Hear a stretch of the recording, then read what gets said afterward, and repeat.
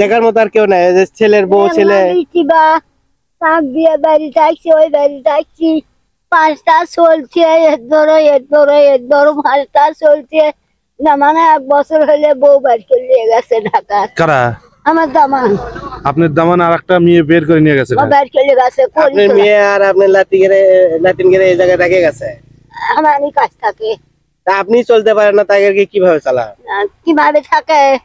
আমার দামানদের বাড়ি জায়গা নেই, বাড়ি জায়গা নাই, আমারই বেচাইছি 200 টাকা জায়গা দিয়ে, বুঝছেন? হ্যাঁ, দামান আজ 5 বছর হলে বউ বাড়ি চলে গেছে। আপনার স্বামী নাই? স্বামী নাই, বেটা নাই, বিক্রি এক না বিক্রি কেউ নাই। দাদি, এখানে কি কাজ করতেছেন আপনি? খড়ি খুঁটতেছেন? হ্যাঁ, খড়ি খুঁটে রান্না লাগে রান্নার জন্য। বাবা, আপনার ফ্যামিলিতে কয়জন আছে? আমার বিচে 5টা চোল আর বিচে আর আমি।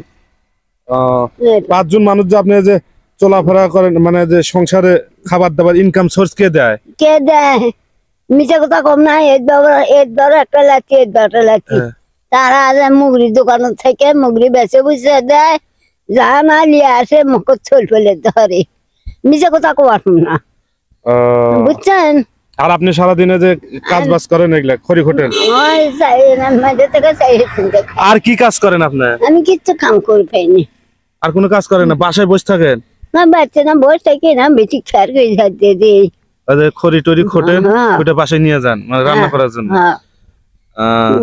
বাড়ির জমি জমা নাই? না, কিচ্ছুই নাই বাপু, মিছে কথা কম না, কাল 200 বাড়ির জায়গা মুখত ঘা হয়ে আসো বা এনা ভাত খাওয়া যায়নি। ওষুধ খান না? ওষুধ টিকা লাগবে বা ভাতেরই জো নাই, ওষুধ খাওয়া।